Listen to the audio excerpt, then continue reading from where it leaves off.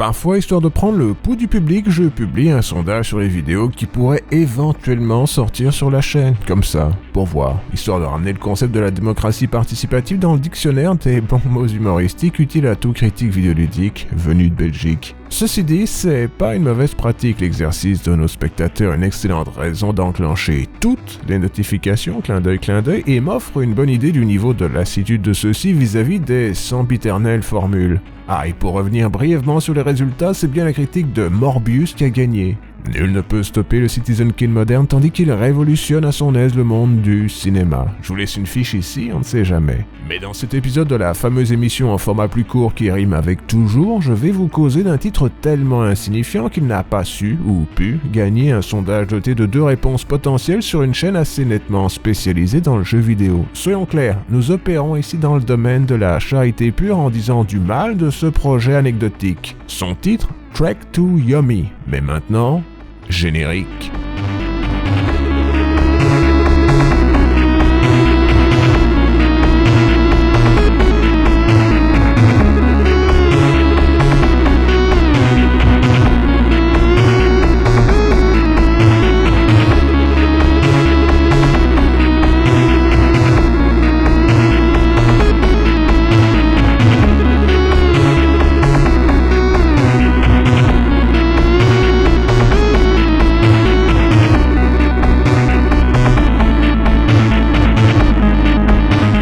Ça va sembler bizarre comme entrée en matière, surtout quand on parle d'un titre publié par Devolver, mais tout ce trip jeu vidéo indépendant, c'est déjà, pour moi, un écho de naguère. Le prenez pas mal. Je sais que vous êtes tous occupés à choper le syndrome du canal carpien tandis que vous bossez comme un seul homme au prochain MMORPG révolutionnaire pour ZX Spectrum. Mais à quoi bon? Les vraies grandes surprises sont rares. Superhot n'est déjà qu'un lointain souvenir, tandis que la compagnie responsable de son envol se contente de le porter sur toutes les plateformes susceptibles de le faire tourner dans la forme d'une parabole. Vlambeer, la compagnie n'existe plus. Faut croire qu'en fait le duo a jamais pu se piffer et que leurs étranges titres au gameplay raffiné furent produits à couteau tiré. Tant pis. Denaton Games, aucune nouvelle. Ils ont mentionné 3 ans auparavant être en train de bosser sur un titre qui leur tenait à cœur, mais jusqu'ici, aucun détail n'a filtré. Dur d'être optimiste tant que je n'aurais pas vu ne serait-ce qu'un vague concept couché sur papier. Yacht Club Games, dans une parodie existentielle de leur héros capcomien, ils sont arrivés, en mal ou en bien, à produire 6 titres divers sur le sujet riche en pixels du Chevalier de Chauvel. J'ai bien entendu lâcher l'affaire aux alentours du premier, cela va de soi. Et ça,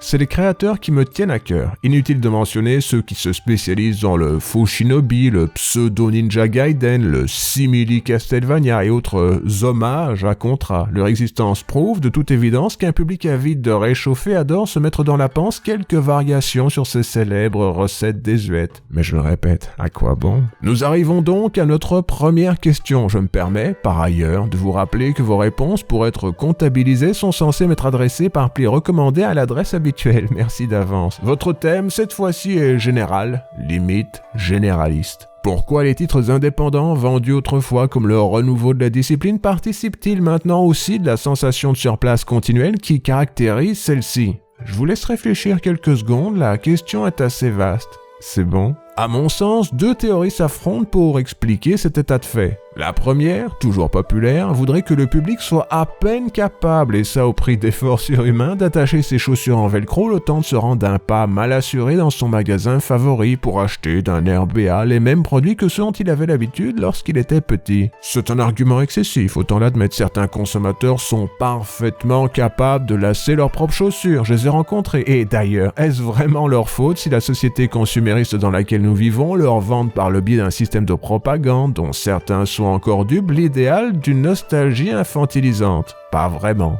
Rares sont ceux à comprendre ce que devient la propagande en temps de paix. Nous vivons d'ailleurs une étrange dualité, surtout de nos jours. D'un côté, on diabolise un passé aux qualités évidentes sur l'autel d'un progrès constant. De l'autre, l'effondrement progressif de la qualité du quotidien proposé par celui-ci nécessite qu'on y vive emmitouflé dans l'ersatz chancelant du confort d'antan. Cherchez pas à comprendre, ça pourrait s'avérer dangereux. L'autre théorie, plus populaire, quoique tout autant lacunaire, voudrait qu'en fait, la faute incombe aux méchants investisseurs capitalistes qui tuent dans l'œuf tout type d'expérimentation avec leurs méchants bifetons. Sentez-vous leurs mains pataudes s'insinuer autour des bourses de notre industrie chérie? Entendez-vous au loin les accents chinois des grands groupes d'investisseurs dont l'intérêt pour notre divertissement est loin d'être sain? Bien. Sans surprise, tout ceci est plus ou moins vrai. Il suffit d'ajouter quelques bémols et autres disclaimers. Remarquons au passage que la Chine est bien plus intéressée par l'idée d'acheter nos zones agricoles que par la simple idée de museler nos studios de développement de l'intérieur par une entrée massive dans leur capitale. La prochaine guerre mondiale sera vivrière, ou ne sera pas, sauf qu'elle est déjà.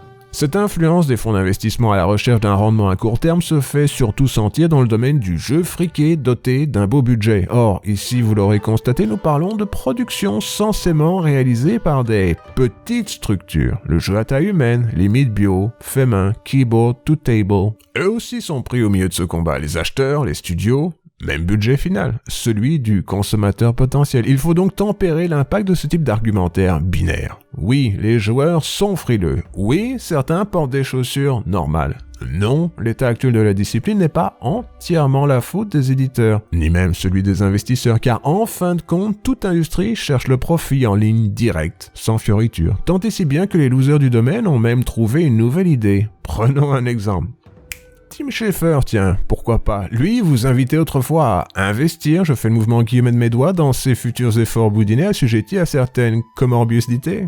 Puis par hasard, il a trouvé l'idée de génie pour que vous rentriez dans vos sous, laquelle se vendre corps et âme à Microsoft. Merci pour tout. Une autre réflexion s'impose face aux noces de Satan. Le jeu vidéo indépendant existe-t-il encore dans son sens le plus pur? Vous savez, ces passionnés qui, envers et contre tout, continuent de créer car un besoin impérieux les y oblige. Sont-ils nombreux? Non, mais leur existence donne du baume au cœur face aux projets sans saveur poussés par l'équivalent ludique d'Unilever. D'ailleurs, le fait que Mopin, fameux inventeur de Downwell, ait récemment quitté une place fort disputée chez Nintendo pour revenir dans le domaine de l'indépendance est aussi un signe de la direction dans laquelle se trouve la création. Je me permettrai de vous décocher à cette intersection une troisième question plus fondamentale encore que la précédente. Combien payeriez-vous un titre comme Trek to Yomi ?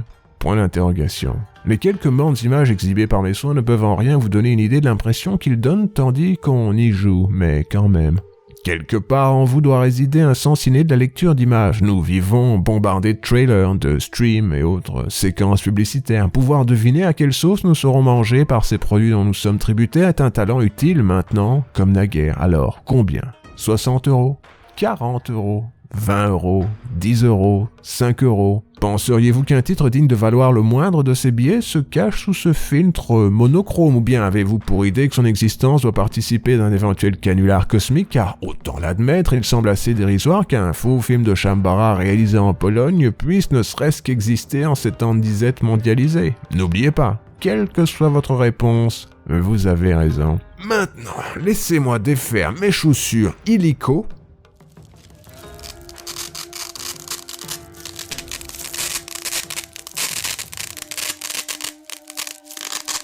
Faut que je sois bien confortable pour vous causer de cet titre idiot. Au fait, il est censé coûter 20 €.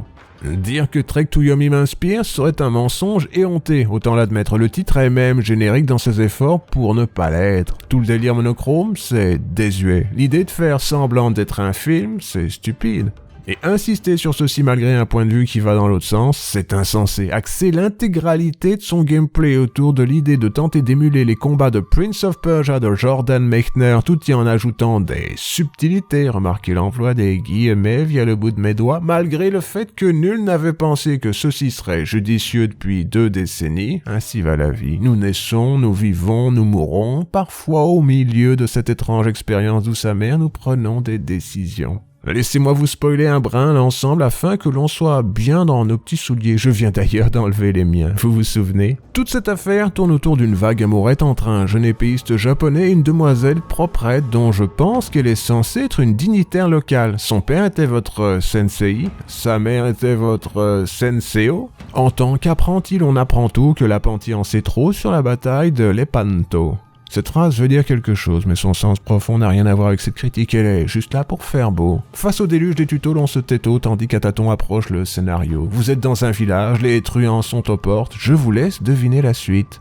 Résumons, l'art du torchis trouve ses limites face aux flammes ennemies. Malgré tous ses talents dans le domaine de l'érudition bidimensionnelle, votre professeur d'escrime crame comme tant de ses francs quand on mentionne que ça rime et ça rame comme tartine et botterame. Lancé dans le sens d'une vengeance, le protagoniste s'élance dans la danse insensée des sabres Wilkinson. De son côté, le spectateur s'étonne de voir l'ennemi s'effondrer. Il a perdu un nez, le combat était truqué. Quelques années passent, les cinématiques lassent, et nous passons sans suite de la redite de la redoute à la rebite de la reboot. Vous n'êtes plus un bambin, la demoiselle non plus. Mais l'homme qui a tué votre maître, peut-être un peu plus, disons maître et demi, est lui aussi de retour. Un peu comme la Team Croquette pour vous jouer de mauvais tours. S'ensuit une série de péripéties que je vais vous gâcher dans quelques instants tant elles sont d'un calibre insignifiant. Mais ce que vous devez retenir tient en quelques mots. Vous allez finir en enfer.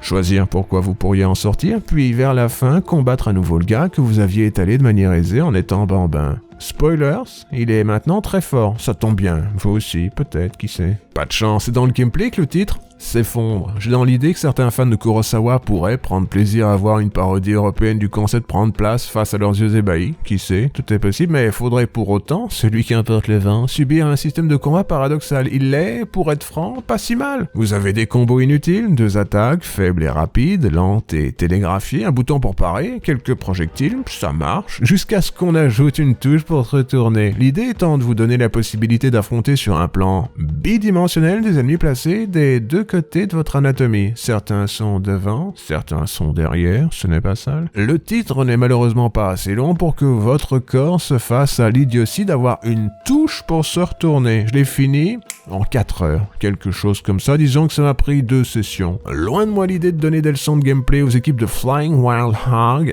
mais la manière idoine de se sortir de ce type d'idée consiste à mettre la direction sur les touches de tranche. Touche de tranche, cochon volant, bien trouvé, c'est du jambon, pas sur le bouton qu'on associe habituellement au fait d'ouvrir des portes, sauter ou skipper les dialogues. Comme le disait De Vos, ça n'a pas de sens. Si vous mettez votre revolver dans un tiroir et que vous êtes attaqué dans la rue, vous allez pas sortir votre béret.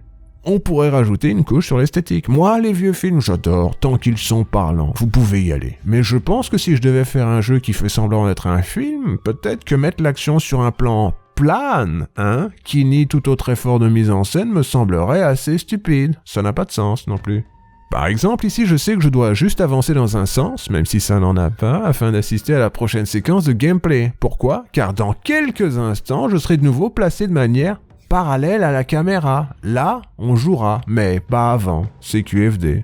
Aucune surprise n'est possible dans un contexte pareil, mais avant de partir de manière précipitée, je dois préciser que non, ce titre ne vaut pas 20€. Il est même trop cher sur le Game Pass, et pour ce prix, je préfère avoir 1 litre de super. À plus tard, je vous dis.